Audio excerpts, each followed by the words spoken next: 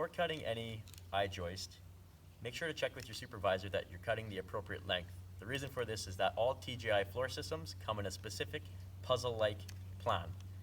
So if you end up cutting a joist not specific for that location, you can end up being short in other locations of your floor, which can result in lost time.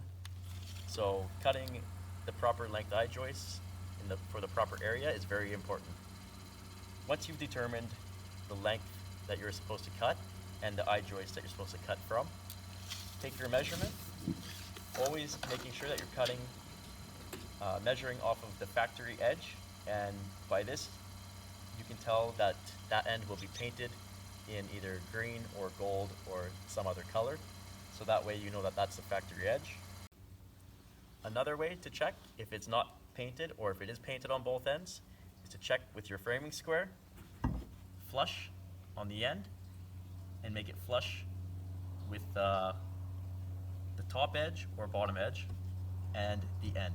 And as you can see, the I-joist on this side is much longer by about a ½ inch, whereas it's flush right here, so we know that this side is out of square. So this is the side that we're going to cut. Now, measure hooking onto the factory edge.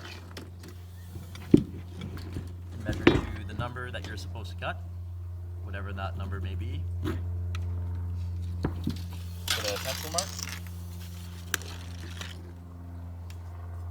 Put your framing square, make sure it's flush with one side.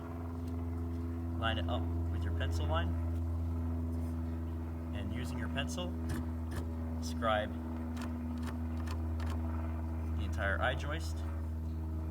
This is the tricky part, trying to get it scribed on the plywood. Two ways you can do this. You can tuck the framing square inside the top edge of the I-joist, scribe from your pencil line over, flip the framing square over to the other edge, and scribe the line, completing it through. Now that you have your line through,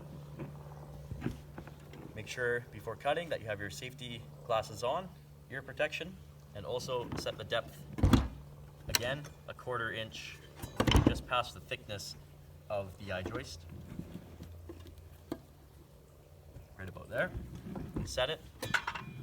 Again, make sure the floor area is clean. Make sure that you have a block of wood or two near the end of the joist, but back of the line by a few inches. So now that we have it set, our cutoff is up in the air, so it won't create any binding as we're cutting in the saw, with the saw. Follow our line.